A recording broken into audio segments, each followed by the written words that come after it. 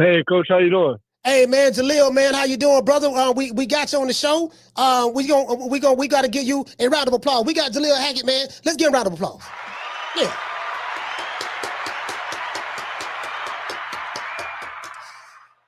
Now, Jalil, my good brother, I got a couple of questions I wanted to ask you.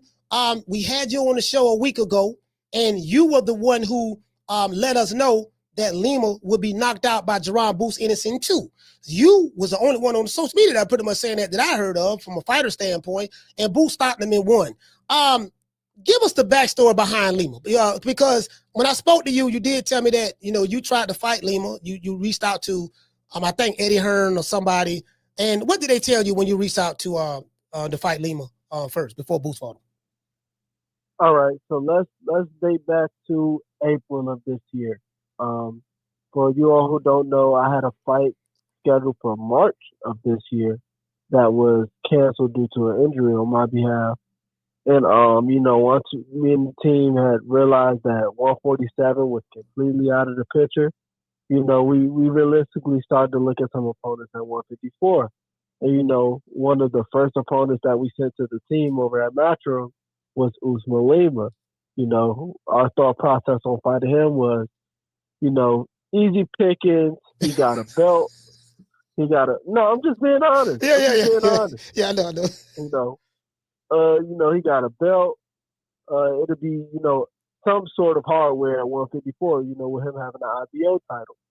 And we sent them, and the response we got was, no, you don't need that IBO belt. That IBO belt does nothing for you in your career. So we left it alone. Once they said that, we agreed with them, and we just left it alone. And, obviously we ended up finding someone else, and this past September, and Yeah, Elijah that's Vines. we fought Elijah Vines this past September, and Yeah. Lima ended up fighting Booth. So, can you reveal who told you that Lima does nothing for your career when you tried to fight him at 154? We're just gonna leave it at the Matchroom team told us, All right, all it right. does nothing for us at 154. So you tried to fight Lima. They told you it does nothing for you at 154. So the next question would be, all right, if it does nothing for you, how did Boots get him? I have no idea. Once I was told that it does nothing for me, I stopped focusing on them. I was really focused on, well, when I do get a fight, whoever that is, I just focus on beating that guy. And, we ended up fighting Elijah Vine, and, he was our main focus. So I lost sight of Usman Lima after they told us that it wouldn't do anything for me in my career. Man, so that's crazy. So yeah, I ain't gonna lie. The Elijah Vine fight, I was kind of because he's out of Philadelphia, if I'm not mistaken. He's kind of tough. So I was like, you know what, that dude got he can crack a little bit, and you got him out of there. I was yeah, the way you went at him and you took some shots in that fight and you came right back and you eventually ended up stopping him. So you look phenomenal. You look strong in that weight division. So you restart to try to fight Lima. Then now, of course, Boots beat him and stuff like that. He's the IBO champion. Well, he was the IBO champ. I saw some footage on him. When you said Boots in two, I kind of thought maybe you was tripping. I'm not gonna lie. I said, man, Jalil just used the hyperbole. This man gotta be Boots Boots ain't gonna stop no man in two. I'm gonna give him at least three. I say anywhere from 3 to 5. But were you surprised at the way, Boots came out orthodox on him? And then it looked like he was trying to find his range a little bit. And then once he switched to southpaw, he kind of like he went at him. Were you surprised at the way Boots jumped on him so soon in the first round? If I'm being honest, if he would have came out and started to fight Southpaw, the fight might have ended quicker. Because, like I said, I meant it when I said boosting too. I honestly said it's nothing that Lima could do that's gonna stop him from stopping him within 2 rounds. The odds was like I think for Boost to lose was like minus 2,800. It should have been even more. It should have been like minus 10,000 because it's nothing that Lima could have did. It's nothing he could have did to stop that man. He just wasn't on this level.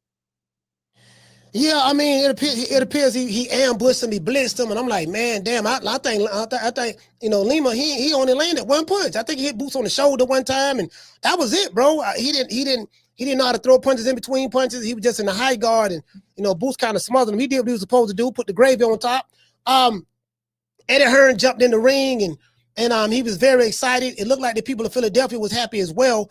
But it appears that I looked online, Jalil, and I'm being honest with you, and I'm trying to defend Boots right now myself, but a lot of people they ripping them, they ripping them right now, and I'm like, damn, I had no idea that it was going to be to this level. There's memes out there that's calling him the tomato can crusher, the lima bean crusher, this and that, and he ain't fight nobody. And 35 and all this and that. Do you think that Boots is receiving unfair criticism for the way he disposed of Lima?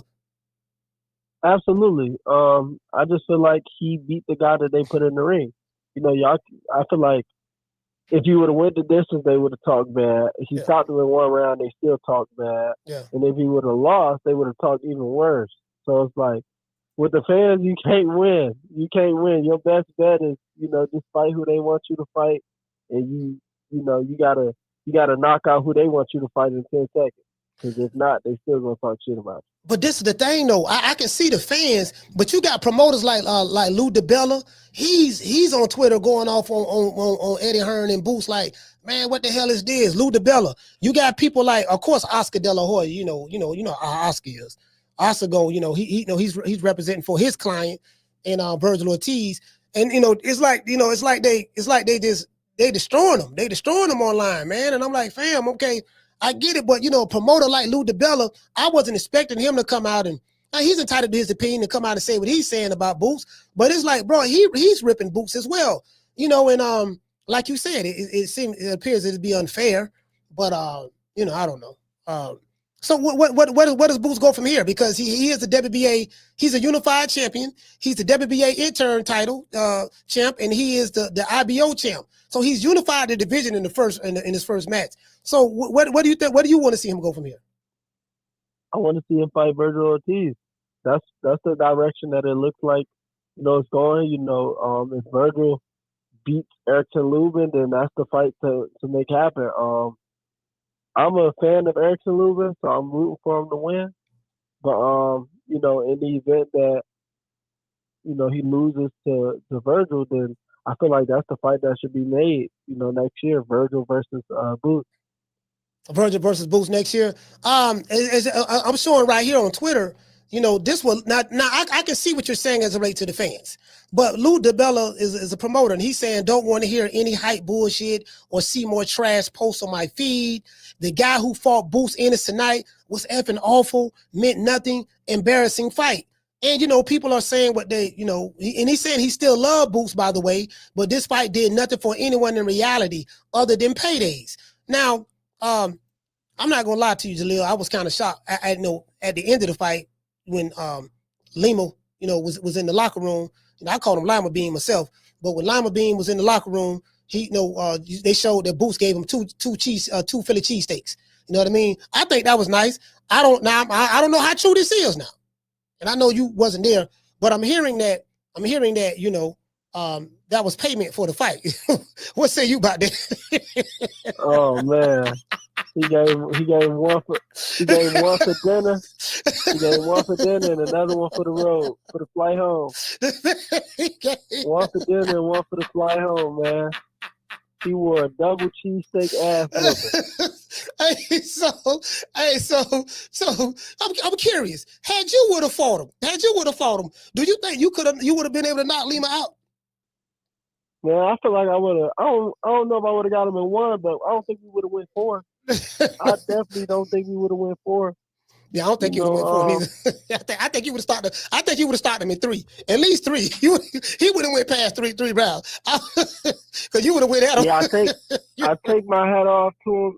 Any man that's willing to get into the ring, yeah, in general, just with anybody, I take my hat off to him. Respect to him. Yeah, they're risking their life for the entertainment of the fans. But man, I can't even put words together on that shit. Hey, I think he should have got paid more than two Philly cheesesteaks though. That's the only problem I have. Shit, I think Eddie Hearn should have paid that man. At least if he would have fought me I would have gave him 6-piece chicken with some fries, fried hard with some mumbo sauce on them bitches. And I would have took him to a weak ass Wizards game. So he really got cheated. He would bet off fight you. He would have got paid more. Just got paid. Yeah. I say, damn, he disrespected that man, gave him 2 cheesesteaks, and I heard they wasn't even from Max's. You know the crazy part about it? He took him too. He took him. Boost smiling at him, gave him 2 cheesesteaks, and he smiled. He took him. They laughing and kiki together, and Boost congratulated him. Congratulations on the payday. Wait. Hey, Jalil, check this out. Did you see the meme? I don't know. You're not able to see the show right now, are you? No. Listen. I'm finna send you. I'm finna text you this meme right here. They got a meme on social media right now, and I don't think it's fair because do you remember the meme that the artwork that Errol Spence had when he was getting ready to fight Crawford?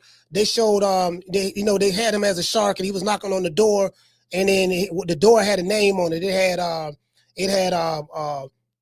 Ugas. It had Danny Garcia. And then the third door he was going to knock on, it had Terrence Crawford name, and they showed some eyes, people behind the corner.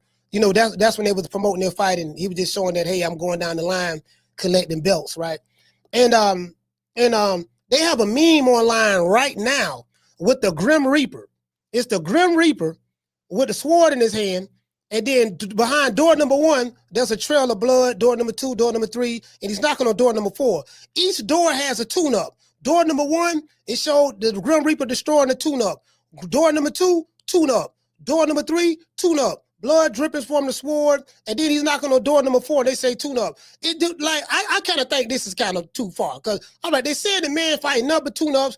And, he's 35-0, 31 knockouts, and they said he's knocking on the 4th door, which is a tune-up. Do you think that's a little too harsh? I feel like it's harsh, man. This is a guy who is a former unified champion at welterweight, soon to be, well, technically he is a unified champion at super welterweight. So he's a 2-division unified champion. Not too many guys is jumping out the window to fight him. Yep. So, I feel like it's like disrespect to it. Yeah, I just, is it disrespect, or do you think? Only reason I say slight disrespect because he's at the point where it's up to him. He's at the point in his career where he can call shots. Yeah. Where he can wake up, he can pick up the phone and say, "Hey Eddie, I want to fight Virgil," or "Hey Eddie, I want to fight Sebastian Pandora," or he can pick up the phone and make those decisions, and he can say some shit like, "Fans, who the hell y'all want to see me fight?" And the name that he sees the most, he can say, "Hey Eddie, I want to fight X, Y, and Z." So it's up to him and his team. I'm sure that he and his team is going to make the decision that they feel best suits for him. The thing is what I did like about what Boost did after the fight. He called out the names. He said Virgil Ortiz is next. Virgil Ortiz say Virgil Ortiz is next. He want to fight Bakram. He want to fight doggone Pandora. He called out Jamel Charlo. So he said he want the smoke. So hopefully Oscar De La Hoya don't put Virgil in the witness protection program and allow him to fight Boots. You know what I mean? Because from what Boots is saying, Virgil Ortiz stylistically is tailor made for him. He's a typical flat-footed, come forward Mexican fighter, and Boots gonna make easy work of him. So do you think Oscar will make that fight? I think he makes the fight, and realistically, I like Boots to beat Virgil. And when that fight happens and he beats Virgil, I'm sure the fans will complain, but it's like, hey, fight somebody else they want you to fight. I feel like that's the ultimate way to, keep them quiet. At least they gonna talk shit, but at least they'll whisper the shit talking.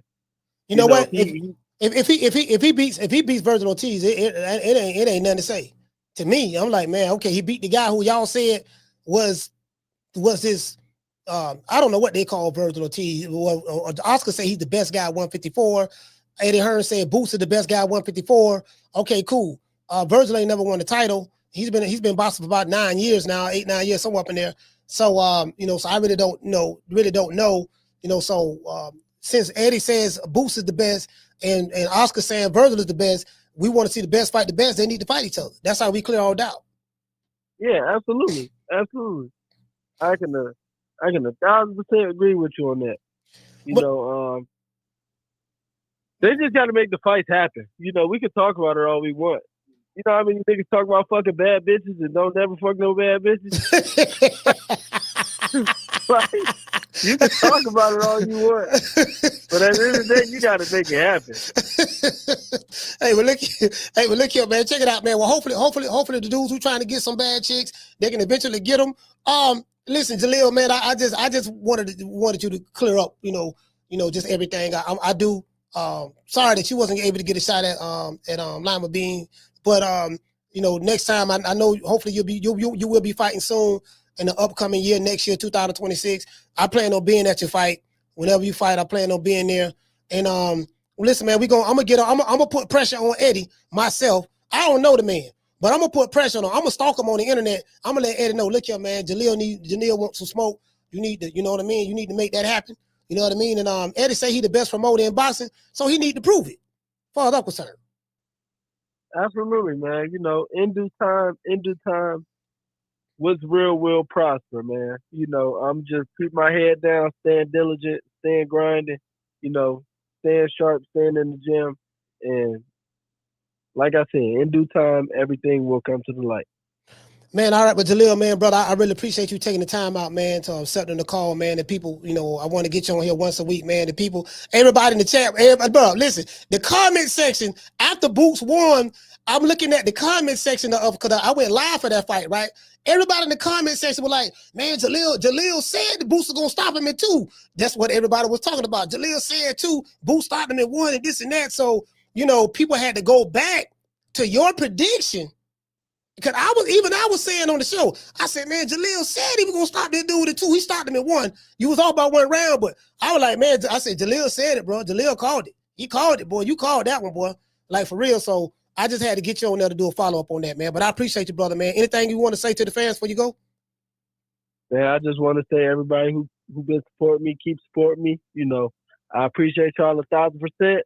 And like I've been saying now, I'm bringing real boxing back. That's all, All right. Yeah, I appreciate y'all. I appreciate you, Coach Malachi. And shit, I'll see you again next week. Man, I'm out of here, bro. Let's go. Man, I'm out of here, bro. Let's go.